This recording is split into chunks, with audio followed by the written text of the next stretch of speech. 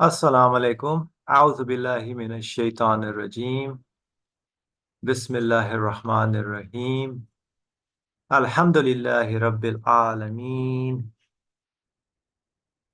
ربنا لا تؤاخذنا إن نسينا أو أخطأنا ربنا ولا تحمل علينا إسرا كما حملته على الذين من قبلنا ربنا ولا تحملنا ما لا طاقة لنا به واعف عنا واغفر لنا وارحمنا أنت مولانا فانصرنا على القوم الكافرين ولا حول ولا قوة إلا بالله العلي العظيم وصل اللهم على محمد وعلى آله وصحبه أجمعين والحمد لله رب العالمين. Welcome, dear friends. Inshallah, we will continue our discussion on the 24th word. So we are at the fourth branch. Last week we didn't have our class, so we're continuing basically from that point. So this is the verse that the author is kind of expanding on. So I'll just read the English of the translation of the verse. Are you not aware that before God prostrate themselves all that are in the heavens and all that are on earth? So I need to be mindful to pay attention. I need to live with this awareness. So everything in the universe is under the command of the Supreme Lord of the universe. The sun and the moon and the stars and the mountains and the trees and the beasts and a great number among mankind. But there's a but. A great number are such as are fit for punishment, and such as God shall disgrace, none can raise to honor, for verily God does what he wills. So this is from the Quran, from section 22, verse 18. And we kind of saw the examples in terms of how everything in the universe, how we can see that they are worshiping and involved in their own means in terms of the way they are made, the way they're given existence, the way the things are in the universe, according to their abilities, their capacities. So the worship varies according to their capacities and also the divine qualities that they are manifesting, each and every being in their existence. So a bird that's existing manifests qualities of its Lord according to its capacity. So I can see many different, the way it's given existence, the way it's flying, the way it's connecting with other different trees and plants and flowers. So all that is arranged, shows that the harmony, the chemistry, everything in the universe, how it's perfectly functioning and arranged. So we saw the categories, we went briefly over them, and then we are going to talk about the first category in detail. So I will, and from our conversation last time, I did take some notes based on what we discussed as a summary. So I will go over that. So for me, basically, I must ask the human questions, and the answers are created, but it's created within the realm of existence. So I cannot ask God the question, why did you create me? So we kind of spoke about this kind of questions. The creation of the universe, the acts in the universe is how he answers my questions. So by demonstrating the work that I see, the whole universe that is out there for me to investigate, right? So I continuously see the acts, so I get many answers. And these are the examples also the Quran uses that I need to pay attention and see what the qualities are being reflected. So each and every being kind of takes my attention to the one who makes that thing. So I'm given his speech and his messengers to get human answers. So we also touched upon how the different elements, the human being, the universe, the message in terms of the revelation of the Quran and the prophets are all working together in harmony. So one necessitates the other, right? So that's why the speech and then his messengers are also available for me to get my human answers. So in his revelation, as well as what he shows to me through the messengers, and then the things I learn from the universe. So I'm presented in a way where I can perceive from this created realm. Basically, he's introducing himself to me from all this, the universe, this created realm that I'm exposed to, and then the revelation is available to me. The prophetic message is available to me as well. So I have to make the prophetic life living in my existence in this world. So I cannot perceive the absolute being, but I can be sure logically that yes, he must exist. All the beings which I am a part of are employed by him. I can communicate with them. I receive the answers to my human questions in a created form. I receive the answers to my human questions in a created form. I can communicate with beings at my level. They are employed by God. I am given the means to communicate with them. All right. And I thought that. So anybody can share their thoughts as well, what they thought of this summary in a way. Fariha, go ahead. I'm glad you brought this up because I cannot ask the question to God, why did you create me? It does require lots of reflection because I was thinking about it. I think it's pretty much like in human terms, for example, if I were to ask you something, I would say, hey, why did you, do this and this? When it comes to when an absolute source of existence, yeah, it makes sense because the the communication is not like you and I as a human being. I think this was a little bit emphasized on when we last spoke. So what I would ask within me is like, why am I created? Right? Like, so within myself, like, I don't get it. Why am I created? Whoever created me, why am I created, or why? So the dialogue is really happening within me. But the question that because I would be asking myself, gee, I wonder, why am I created?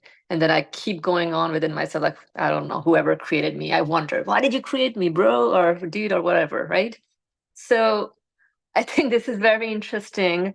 And then, later on, as you laid out, that I'm presented creation in a way that introduces me to its source of existence.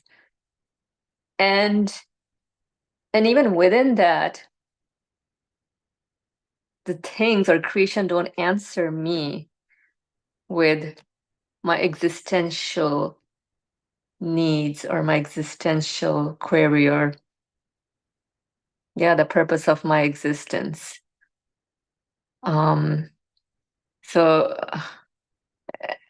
I, and I think so, like, definitely the creator of the universe is introduced to me through creation, but then I need answer to really why am I created? Because I'll be like, yeah, okay, the apple tree's there for me to provide nourishment, or okay, thank you, the creator of the apple tree. Like, I mean, these are really preliminary stages, but at the end of the day, I need a communication or a verbal speech letting me know really what is the purpose of my existence, or where am I coming from? What am I doing here? Where am I going? And the reason I'm going to emphasize on these existential questions is we need these. We cannot ignore them ever. And they're not a joke either.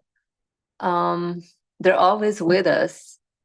And so I think, what is the purpose of my existence is really what we refer to as our existential questions. And so for that, we need someone to speak to us verbally to answer these questions.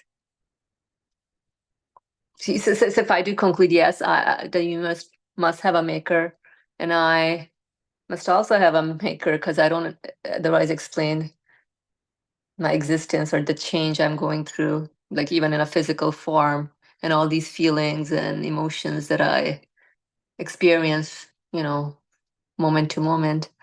So I need such a being, if I do believe that, yeah, I'm being created by an absolute source of existence. So then, hey, this absolute source of existence must provide the answers to my existential questions, which would answer, hey, why am I created?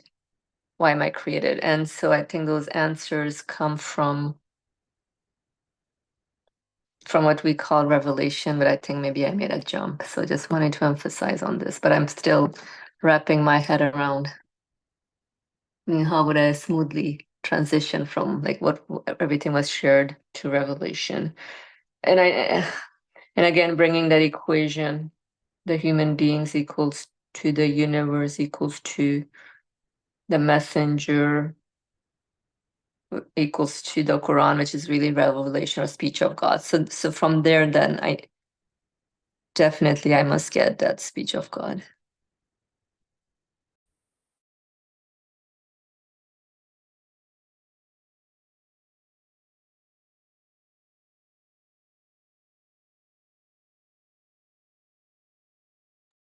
Yeah, thank you, Fariha. Brother Ali, please go ahead. Just to the beginning of what Fariha brought up, and you mentioned that I cannot ask God the question. The people may say, why not? Why not to ask? I cannot ask the question. Why did you create me? Why God created this and that, either human actions or social events or wars, and also as we call calamities. A very simple example. Whether it helps or not, I don't know. But for the moment, I said it's a very practical example. If someone sends you a letter,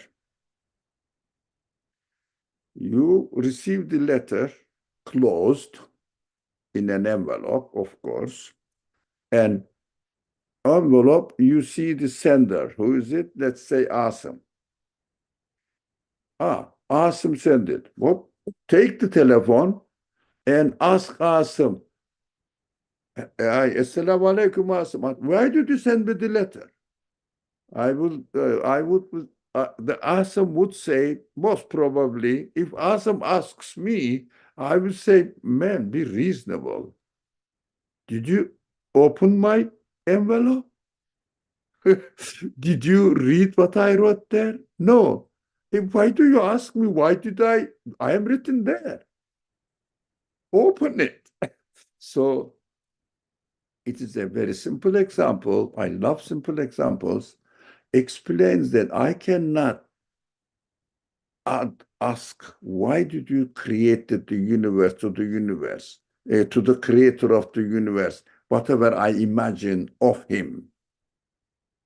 He wouldn't, his answer will be, why don't you read my creation?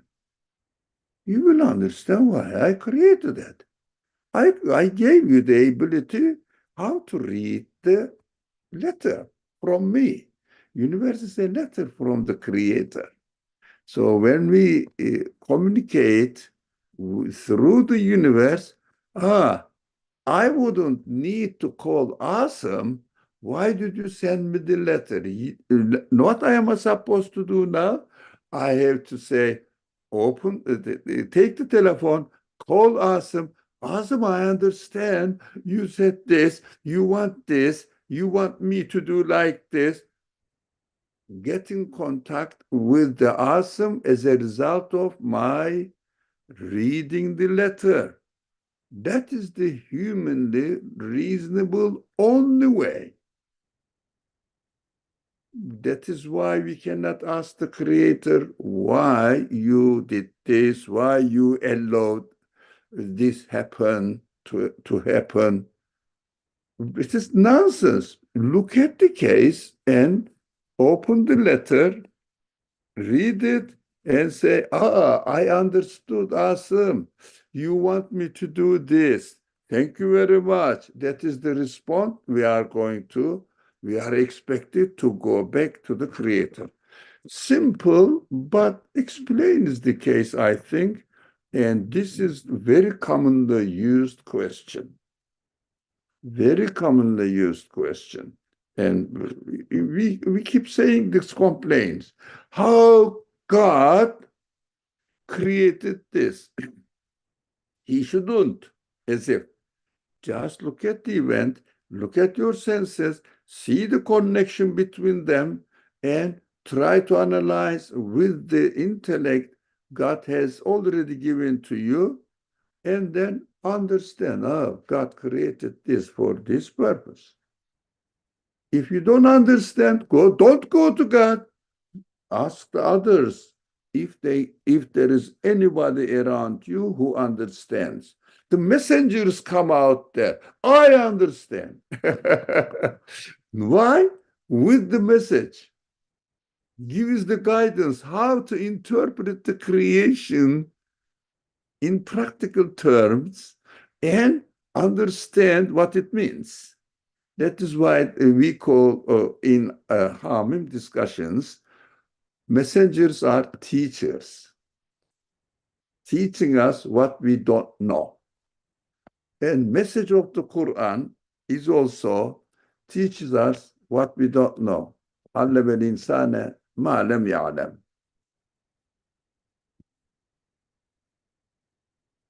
Everybody knows this verse. Very frequently read this verse. Ar-Rahman, علم القرآن, علم الإنسان ما لم يعلم. That's why we have to say the Quran is to teach human beings what they don't know. It means it gives guidance how to benefit from, how to benefit while you reading the letter you received from the Creator. Don't go and say, without opening the envelope, I'm repeating, just wrapping up, without opening the envelope for some friends joined us later, they may say, what are they talking about? So it doesn't make sense when you read the last part, when you listen to the last part. So go back to the beginning. You receive the letter, and without opening and reading what is written in it, and calling the sender, saying that, why did you send me this letter? But you didn't read it. And he will say, don't be stupid, read it. And then you will understand why I did it. So these are the invitation. And the principles are reading, how to read the letter and understand it, are written in the text that the prophets transfer to us, principles of reading, not individual cases, principles of reading in the Quran that may somehow help, as Feriha pointed out, that there may be a little bit difficulties there, but you can solve it, principles of reading. Not exactly, I created this tree in front of your window, so it prevents the sunlight coming into your house. Don't complain. How to read the universe, the letter from God, from the Creator, principles of reading the letter is described in the Quran message.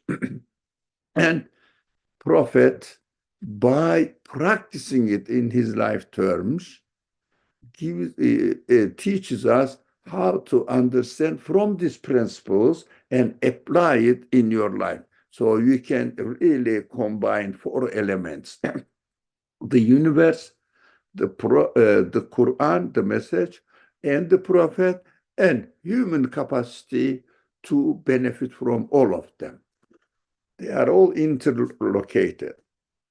Thank you. Mashallah, this was very helpful. So the whole idea is, I like the analogy of the letter. So the first thing is really, who the sender is, recognizing the sender. And then pretty much reading the universe or reading any experiences or encounters that you're going through. And I think seeking help in trying to understand what the letter says, or maybe how to read the letter, that pretty much answers the existential question also, like, why am I created? So first of all, I think really the key point here is really acknowledging the sender, and obviously then you're like, okay, what is the sender telling me? So obviously then you're excited to read up the content, or pretty much in our case, like really interacting with the universe, and that should, once you know who the sender is, that should really answer the why am I created, or really, why did you create me? Like that question within ourselves. I mean, that's how I understood it.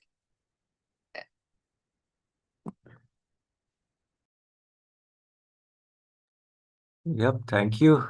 Yeah, so we have to engage with the speech, his revelation, and what the prophets are teaching, inshallah, and paying attention to what's going on in the universe. So it's like all four elements working together, inshallah. Any other thoughts before we move on to the first category? But you're right, the example actually helped me as well. Like the message is sent, and now I have to read the message before I can even further ask. So many things may be answered within the message that I received.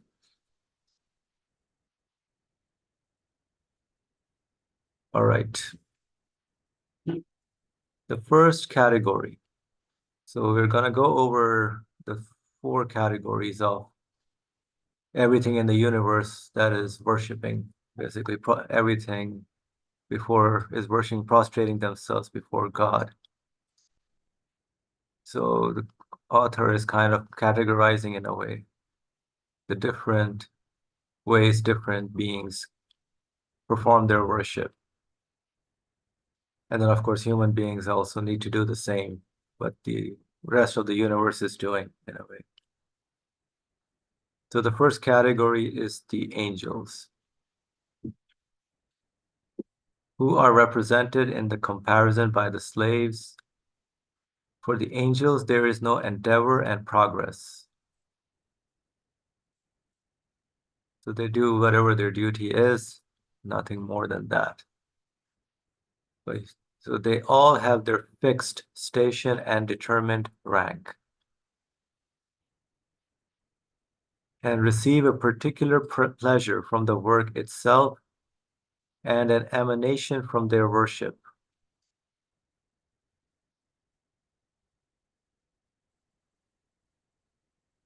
That is to say, the reward of these servants is found within their duties. So the reward is found within their duties. Just as man is nourished by air, water, light, and food, and receives pleasure from them,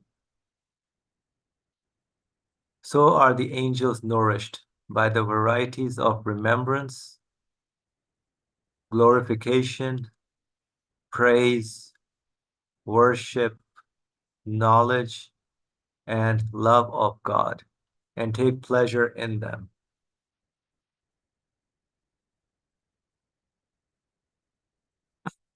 For since they are created out of light, light is sufficient for their sustenance.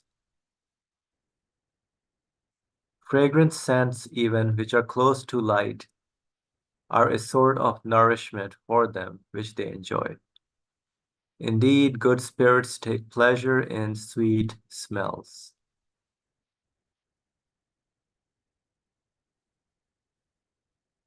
I will continue reading unless somebody wants to comment on this first paragraph. Fariha, go ahead. I was wondering, you know, this is interesting.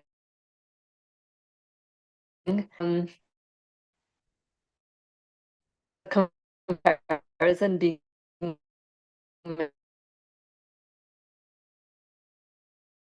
between man and angel, right? That's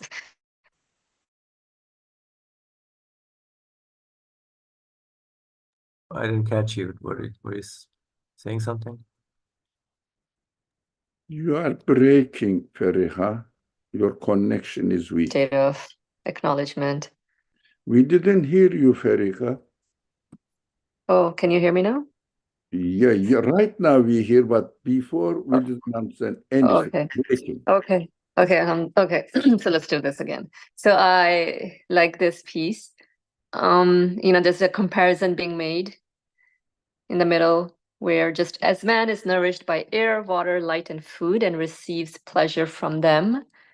I mean, this is our human condition. I mean, we can all relate to it. So are the angels nourished by the varieties of remembrance, glorification, praise, worship, knowledge, and love of God, and take pleasure in them. That can be the human being as well when we are in a state of acknowledgement and awareness of the source of our existence. So, so maybe, so I don't know, and then there's this piece about the angels are created out of light. Light is sufficient for their sustenance. As in there's no embodiment and physicality as opposed in comparison to the human being. Because in human beings, like if we take the light as our spirit, then obviously the spirit is clothed in the physicality of things. And the physicality needs obviously nourishment, as described above, light, water, and food. But then the spiritual side or the light, the nourishment is really acknowledging the source of your existence, remembrance, praise, and worship. So is that the comparison being made here? The physicality, the embodiment of the physicality for the human being, but for the angels, it's just, I mean, like the latter part with the angels part, like we have those, I guess, needs as well, remembrance, to worship something and taking pleasure in it. So I was just wondering if that type of comparison is being made here. Brother And Ali, go also, ahead, yeah. because the whole fragrant scent, I mean, good spirits, like obviously we all like good smells. So anyhow, I'll stop here.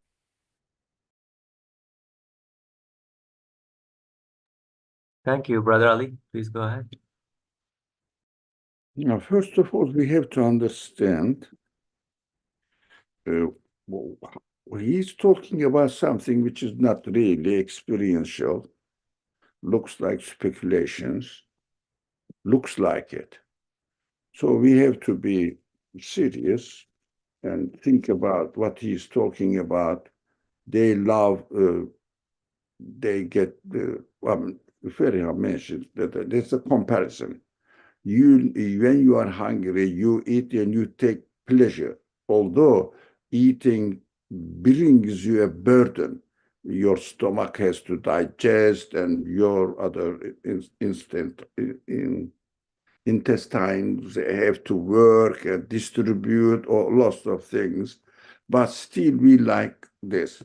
Of course, I understand that understanding of angels must be practically observed or experienced through the existence of everything, through the existence of universe, every being, because angels bring, as the Quran presents this, from the absolute word, transforming into transient, limited creation. Absolute qualities manifesting them in the limited creation as it exists. And we have to understand why this. For example, giving another simple, again, primary level or really Sunday, no, kindergarten, how is it called?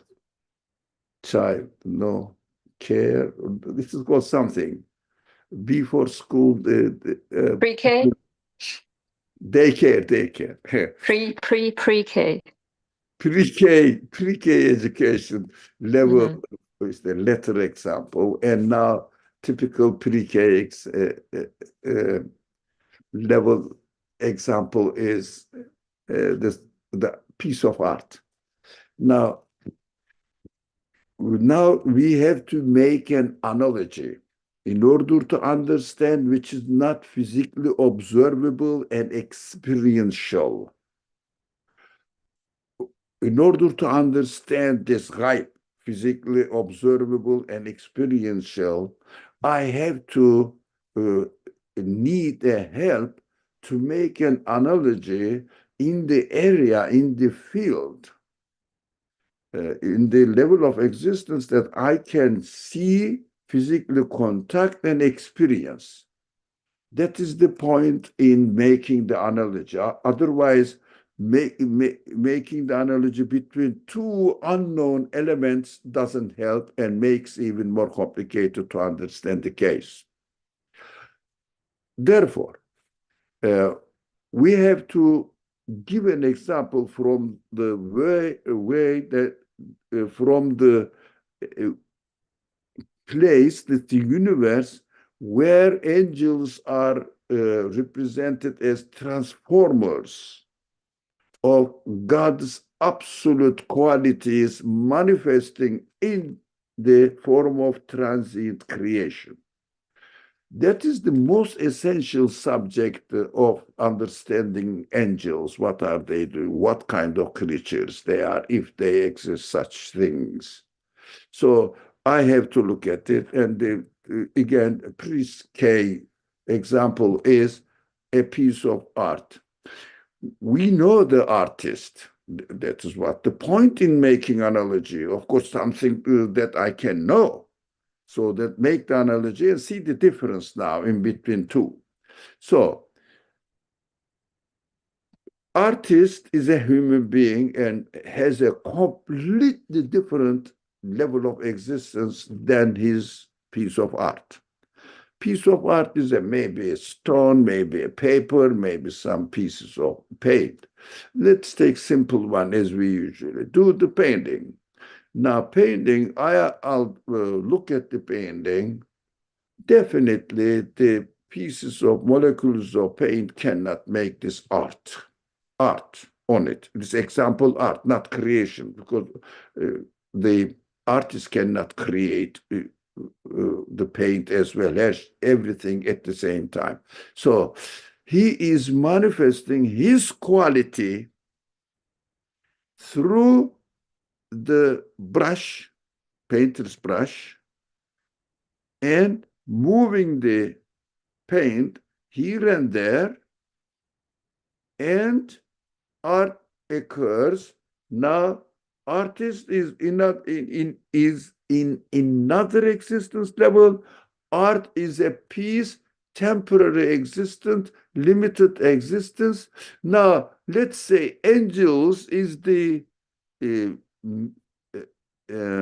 transporters of artistic quality, the quality of artist, and transferring it into a piece of art. Definitely, the brush cannot do anything but obey the artist's choice. Definitely, otherwise art cannot exist. But at the same time, artist uses the brush to transfer his qualities to a piece of paper, to a piece of paper and manifest it on the piece of paper.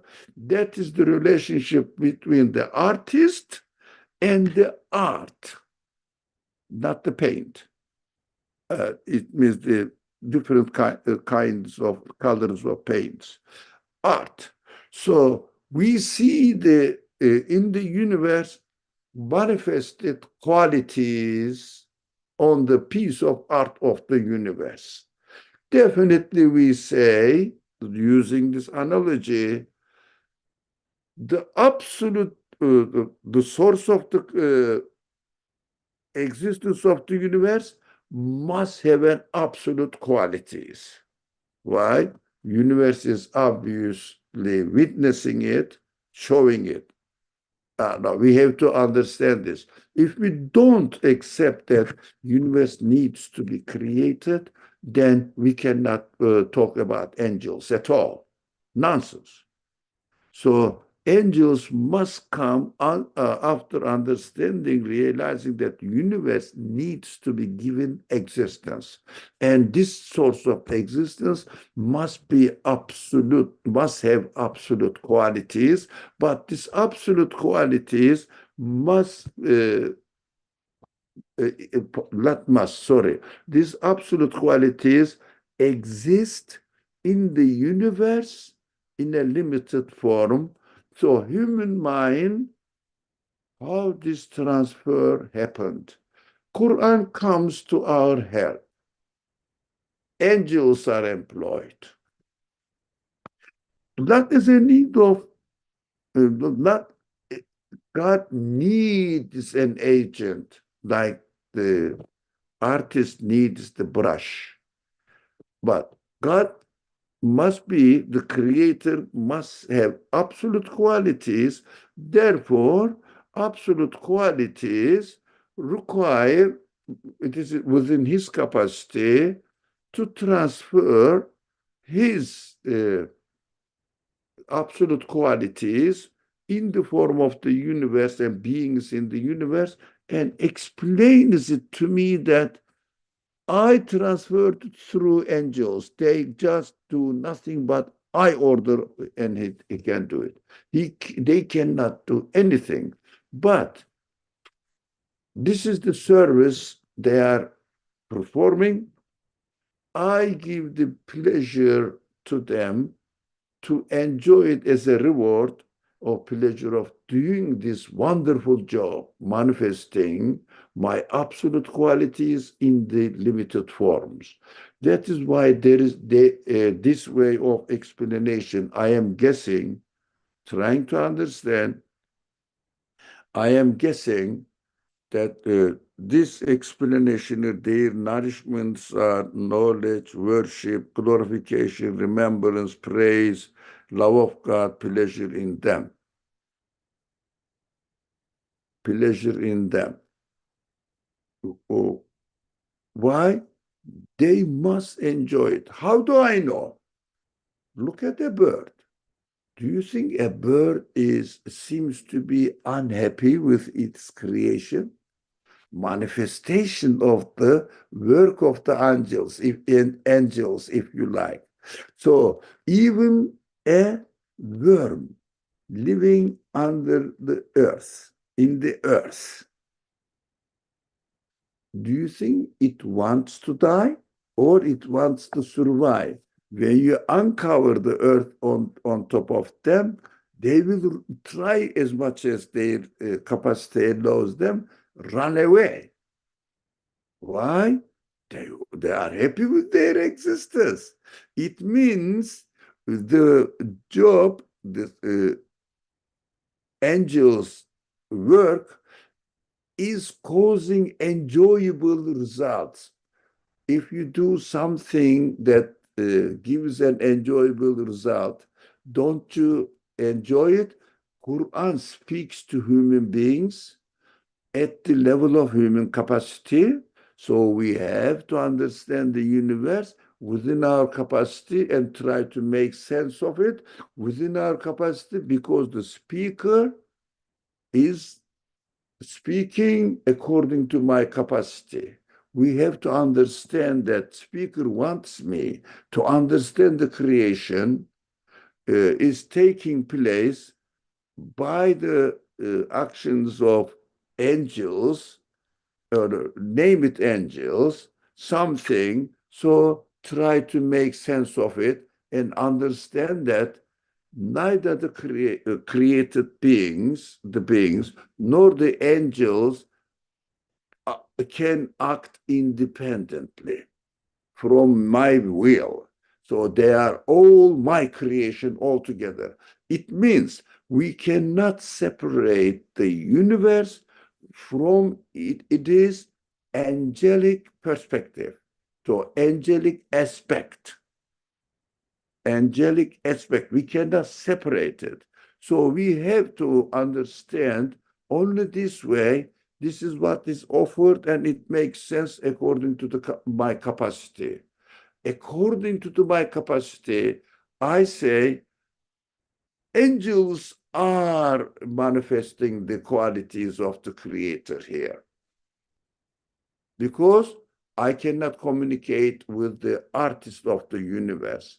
What I am saying here as if, what I am seeing here as if this brush, which is created out of light. What does it mean? As the text says, angels are created out of light. Somewhere there. Can you create it out of light? Yeah, they are created out of light. What does it mean? I can see the brush of the human artist, but I cannot see the brush of the absolute creator. But it is symbolized that created out of light. What does it mean? I mean, literally, it doesn't really make sense because light needs to be created as well. But it gives that don't try to see the angels working in the universe, bringing the God's command as I noticed, Feriha wrote, be and it is. Be and it is. Yeah, so as I see, will is preferred. The absolute will must be absolute will, and that is how it is, according to how the universe is willed by its absolute source of existence. So this transformation, I am expected to understand it as the actions or activities of angels. I am expected to understand in this. We should not try to understand the nature of angels. First of all, the essence of angels. Why? It is none of my business. What is the essence of a bird? It is none of my business. Why? I am not I don't have the quality, I'm not giving this quality to understand the essence of anything. But what I understand, I am looking at the bird, I am looking at the tree. When it gets its nourishment, it is happy because I understand it that, tree doesn't want to die. I mean, tree doesn't have a free will. No. As it appears to me. That's why I have to observe the universe. However it appears to me, I have to try to understand that it must have definitely a creator, a source of existence. It cannot happen by itself.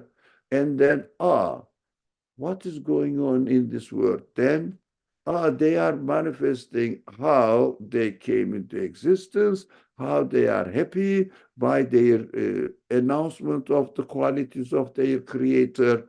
They are just really enjoying their existence as I see it, in my capacity to communicate with them.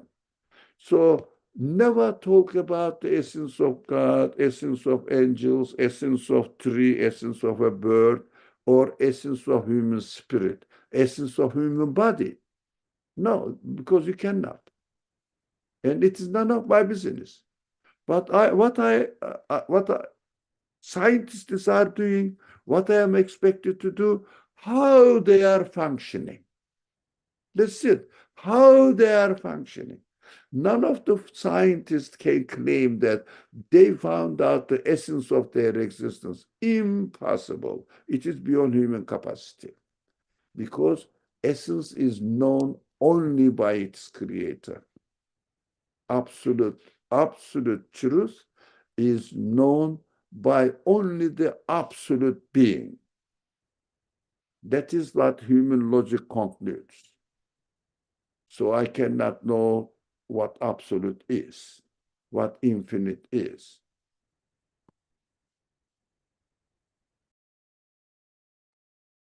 Thank you, Brother Ali. So everything in the universe makes sense to us as the angelic side to it. Any other thoughts or comments by anyone before we go to the next paragraph? Just wanted to reemphasize. So when I conclude something to be an absolute source of existence, and this goes back to how we started off today's discussion with the summary from the past 2 weeks about the communication with the source of my existence or my creator is not just like you and I are communicating as created being in this limited universe, if you will. Rather, if I fathom this absoluteness, I mean, it's really a logical conclusion, then I would know that the qualities that are manifested here are coming definitely from an absolute realm and are presented to me in a created, limited form of this existence. And therefore, I mean, the analogy with the brush, an invisible brush, if you will, makes sense if you were to refer that to, you know, how is how is what do you say, those qualities are transferred, or how is meaning transferred to me, or how is something transformed, then the whole thing makes sense now. I mean, because absolute cannot be perceived within this created universe. So obviously some means must be employed, which we refer to as angels, and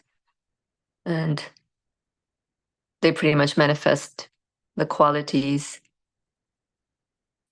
for you and I in this realm of existence.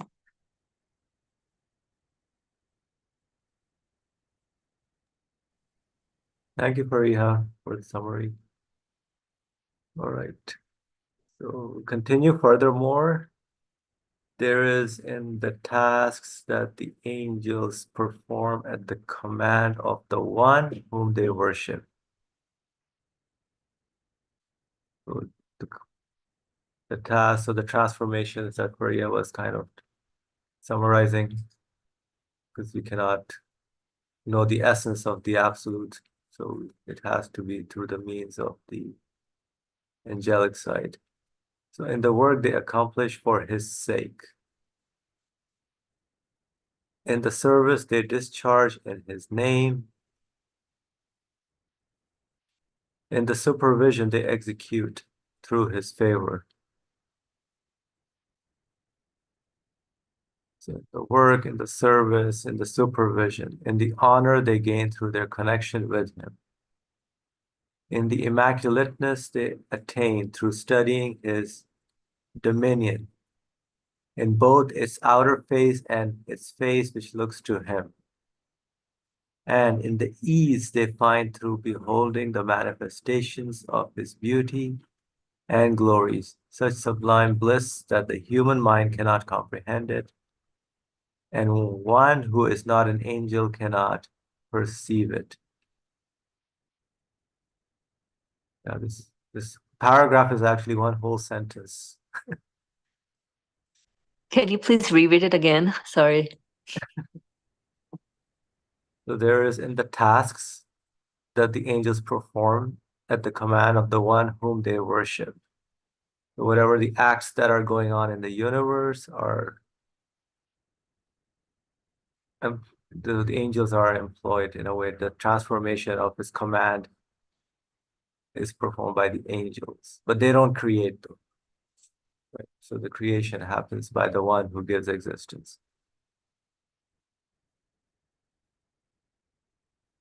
In the work they accomplish for his sake, in the service they discharge in his name. Oh, sorry.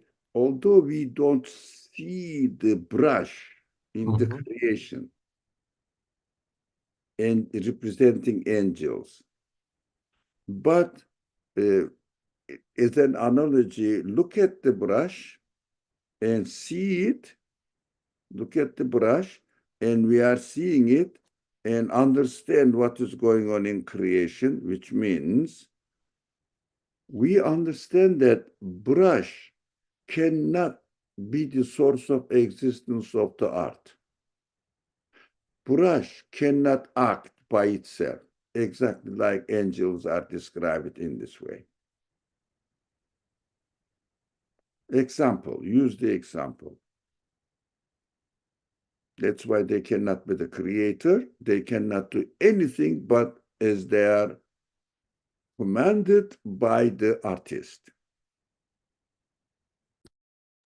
I see. Yeah, that makes sense. So the brush cannot make anything, give existence. Yeah, to follow the order, the command. So all the work they accomplish for his sake. So it's not for themselves, it's for his sake and the service.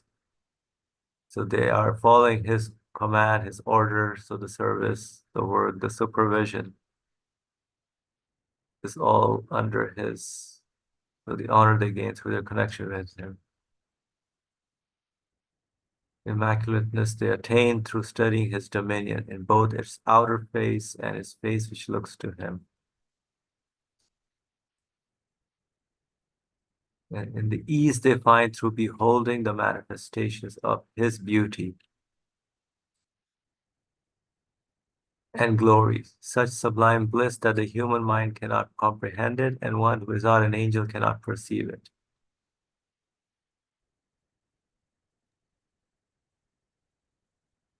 So that is this sublime bliss cannot be comprehended by the human mind.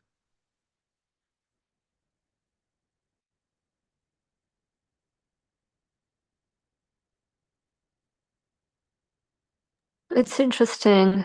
Until the middle of this paragraph, things make sense. But then in the immaculateness they attain through studying his dominion in both its outer face and its face which looks to him.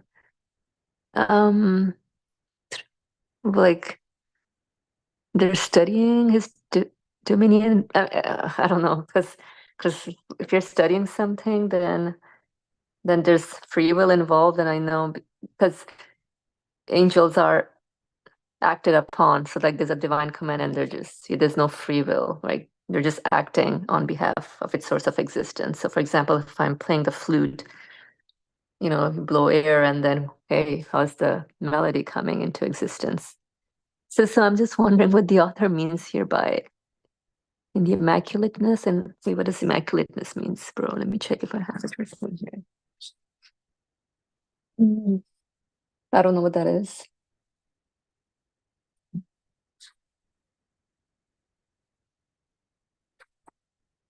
In something holy or immaculate. Okay. So in that holy phase they attain through studying. I don't catch the studying part. No fault at all, immaculateness. 100% perfect. Interesting. I understand immaculate. Thank you. And so what does it mean? They're studying through studying his dominion? Like they're acted upon. Obviously, I don't know. So just within the flow. I don't know. Let me just reread this again. I guess that in their awareness or recognition, they have that whatever they're doing says this is all their work maker or their owner in a way. So the whole universe that is being acted upon shows both the outer face and basically the physical aspect also, and then the one that looks to its Lord. Okay, that makes sense because these are conscious being, like some alive, aware. So in that regard, there's no fault also within what they're studying, as in they're on the right path with discernment, because human beings, we need to discern from truth and falsehood. So, I mean, with that understanding, it makes sense. And such sublime bliss that the human mind cannot comprehend it. And one who is not an angel cannot perceive it. As in things, it happens so smoothly that obviously as a human being, I won't be able to understand because I go through discerning, or with the use of my free will, discerning truth from falsehood. Like, where I have to really make a conscious effort in terms of, this quality of the sense of enjoyment or this feeling of love doesn't belong to me, but belongs to the source of existence. So I have to be in that angelic mindset. Just thinking out loud here. Let me see what you think. Now, the Quran describes it like this. It says in Infitar, this chapter Infitar 82, it says, Kiramen katibin ya'lemune ma tef'alun.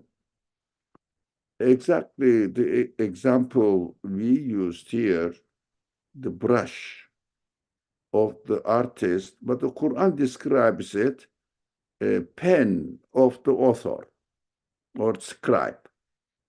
Kiramen katibin. They are mukarram, honored writers, scribers, but transferring the knowledge in the mind of the author on the paper. And that's the analogy. Quran uses this analogy and says, يَعْلَمُونَ مَا تَفْعَلُونَ.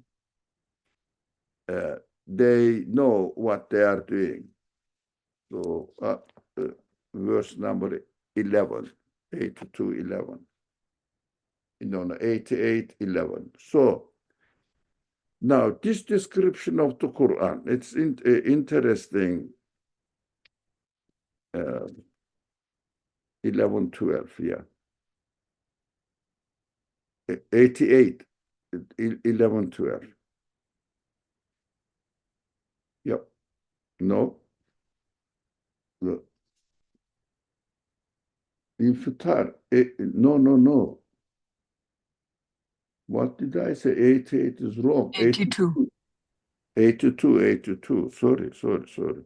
Infitar, 82. Oh, I have written 82, but I'm reading 88.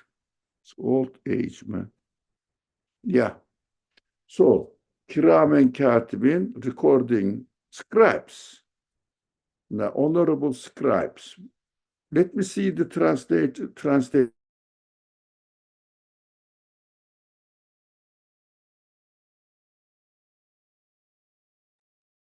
Yeah, so a few translations: honorable angels, noble, generous, recording, kitabi, kiraman kitabin, ya'lamuna ma taf'alun. They know whatever you do. So, ya'lamun ma taf'alun. Yep. Literally, does make sense in the translation. Sorry. As Feriha said, they are conscious. They must be conscious. Why? And he says you cannot understand, you cannot perceive it. You can only understand if you were angels. Well, can we understand how tree feels? No. How a bird feels? No. We can just look at it and interpret it within our capacity. So we can look at the universe, how it is coming into existence, and interpret it within our capacity, available capacity. That's what Quran describes the angels transferring kun, the will of God, as be, and transferring it into form of creation, fayakun. This transformation is described in the example of honorable scribes. But I am interested to know why they translate it as recording. Is there any other page, other source? Oh, I don't know which one you are using. Because Pitol doesn't help. Sahih International also doesn't help. Khattab, yeah, helps sometimes. I don't know, we don't have time, but let me check very quickly. Asad has a noble recording. Sorry? Muhammad Asad has noble recording, and it's honorable It is recorders. recording? Yeah, It is interesting. yeah. I'm looking at the a list, and the study Quran has it as noble writing. Closer. Yeah, and then there is I haven't seen this Talal Itani. He says noble scribes. Yeah, who is it? There's two, like Talal Itani and Dr. Kamal Umar, honorable scribes. Yeah. Yeah, It's there are several, yes, say scribes. more literal, but in this case, it is scribes. Because recording, not only angels are not recording. We have to understand that angels are transferring. They are not recording. They receive the command, transform it into a yakun, in the form of tree, bird, whatever, or atom, whatever. That is why recording, rather than recording, maybe writing or scribes. The best is scribe, to my understanding. The others are, doesn't make sense and doesn't go along with the concept of angels presented to us in the Quran. So we have to know what is missing there, inshallah. Inshallah, that's good point. Yeah. So according to sometimes they are just following the previous things, copy pasting from each other. Then the previous understandings, copy pasting them. Unfortunately, so misleading, of course, as a result, misleading. So we have to understand that they are just transforming the knowledge of the author into on the pages of the paper. It means universe is the paper. So manifesting there all the qualities of their creator. It's a wonderful understanding of angels and makes sense. And I cannot understand whether they are, how conscious they are like you and me. Okay, we know that to a certain extent, a cat is conscious, isn't it? Do you know how? No. So we cannot. Because unless I am a cat, I'm not allowed, or I shouldn't pass a judgment about what cat feels. Impossible. Don't speak about it because it's beyond my capacity. So if we are sure about it, we will understand now. Is everything existing happy in their existence as far as my observation is concerned? Yeah, that is why they are enjoying it. And the transformers must be conscious because they are receiving, not like the unconscious paint or brush or unconscious pen or pencil. Unconscious. They must be conscious because they receive command. This is just an analogy. Pencil, the Quran uses here. The scribe uses pencil or something representing pen. So come back to the origin of the example. So when they receive the command, they transform it. And this transformation, I can communicate with this transformation. They must be conscious because like this, I order or will something, they execute, not execute is wrong. They just transform it. into a visible mulk, which is called matter form. But it has meaning demonstrating the qualities of its creator. The So transformation happens to my consciousness, the human consciousness. say it again, the beginning. The transformation talks to my human consciousness. As well. Yeah. So it must be transformed, my conclusion, logical conclusion.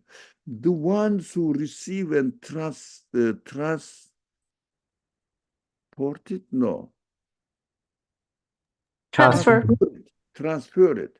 Oh. Transfer it into a limited form of existence must be conscious because they are receiving it. And also after they receive and let it exist, it means transfer it. After they are transferred, we have to be careful that angels are not executors like human beings. The law is written in the book and judge is the executor. No, not like this. Because judge has free will to not interpret it this way or interpret it in another way. But angels are just transferers. That's it. So they're not transformers, but transferers? Transformer, yeah, transformers. Transformer or transferer? Transferer. Oh, no, what is the difference? I would say transferer because transformer would be like an executor. You're transforming something, you're Yeah. molding it. No, So transferring, transferers. Correct. That's what how I understand transfer. And this transfer, let me see this. Yeah. Transfer. Yeah.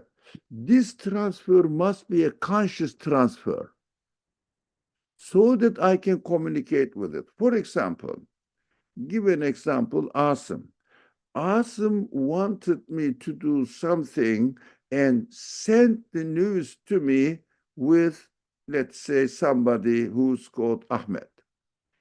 Ahmed comes to me, transfers Asim's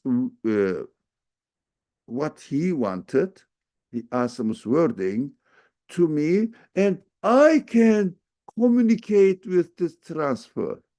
So the middle person must be conscious because when it transfers the message, I understand the message and communicate with it. That is the key point that angels must be conscious beings.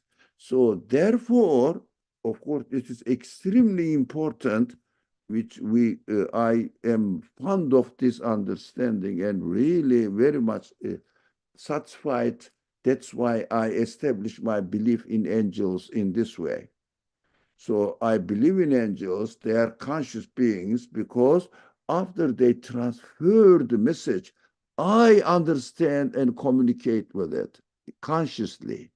It means that consciously it is transferred to me and I understand it. So angelic side of the book, which transfers the information of its author, is conscious transformation. But do I know how? No, I cannot perceive it. How is it happening? I don't know, but I am seeing the result of it and experiencing it.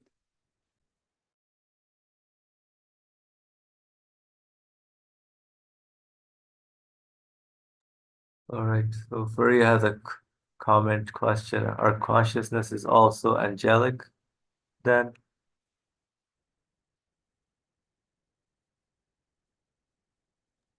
Because if we're talking about transferring the meaning, so when the meaning is transferred to me, I mean, there's such My just angelic side, if you like, my angelic side, spirit, is communicating with the angelic side of creation, the universe.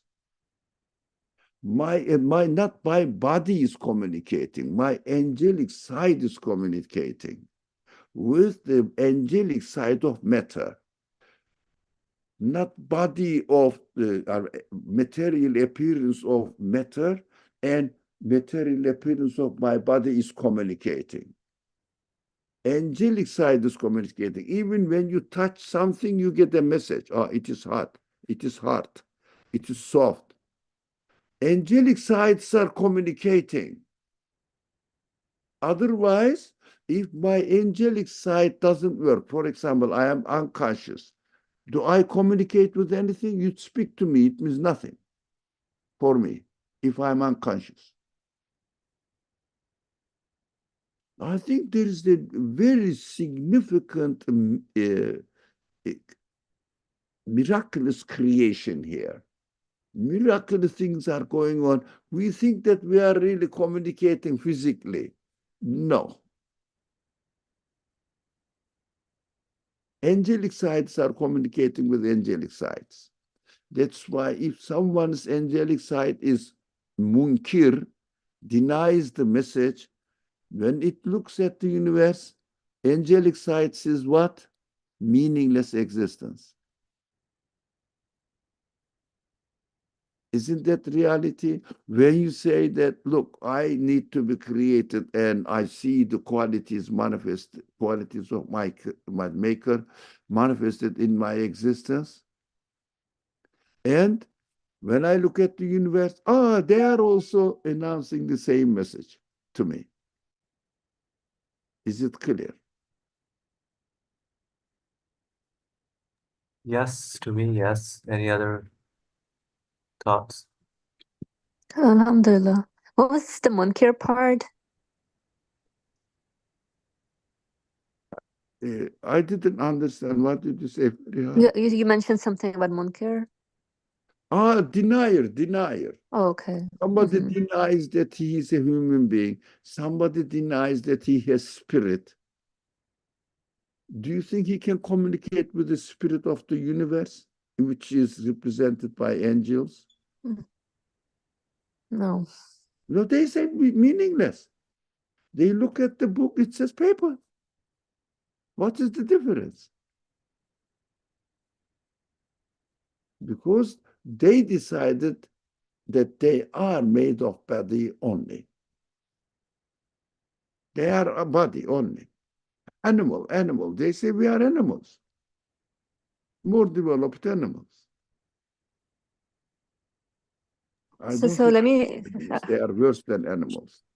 It's interesting because now that because we're talking about angelic sides communicate with the angelic sides of the universe, and it's really pointing to its source of existence. Because I'm also saying, like, sometimes, because I was wondering, like, what side of the human being communicates with creation. So, for example, I could be doing a good act, helping a needy person, or rationally acting or logically acting if I see something wrong, like maybe somebody, like a cat just lying on, I don't know, not even a cat.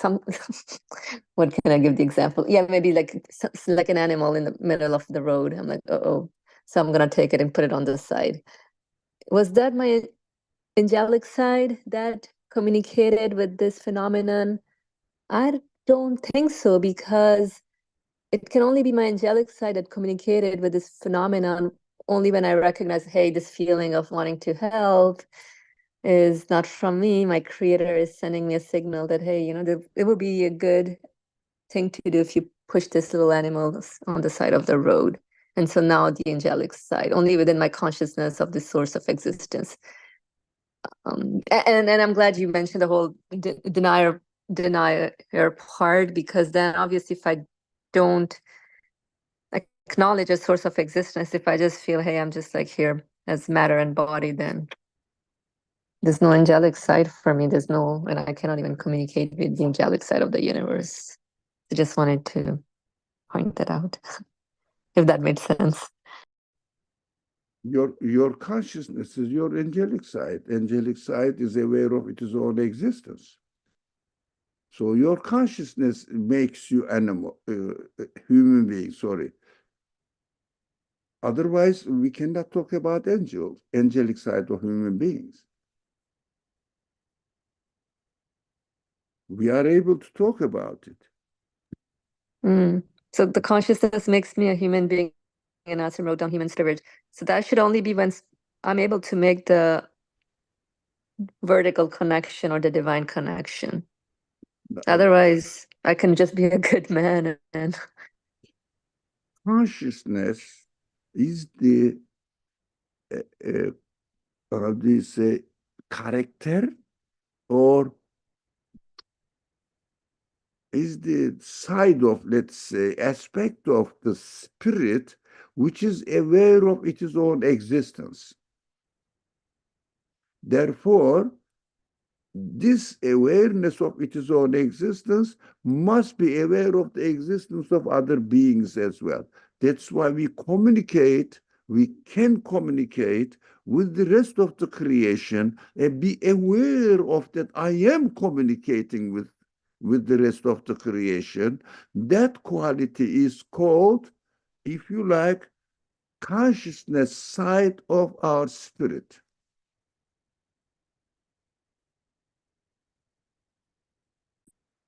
Alhamdulillah, thank you. Yeah, that makes sense. All right, I think we are a little over time right now, so we'll continue this discussion, inshallah, about angels next time. Few more paragraphs left to discuss, inshallah. This is like an introduction, inshallah. So I'll stop here. Bismillah ar-Rahman ar-Rahim. Subhanaka la ilma lana illa ma alamtana. Innaka anta al-alimul hakim wa akhiru da'wana alhamdulillahi rabbil alameen. Bi Surat al-Fatiha.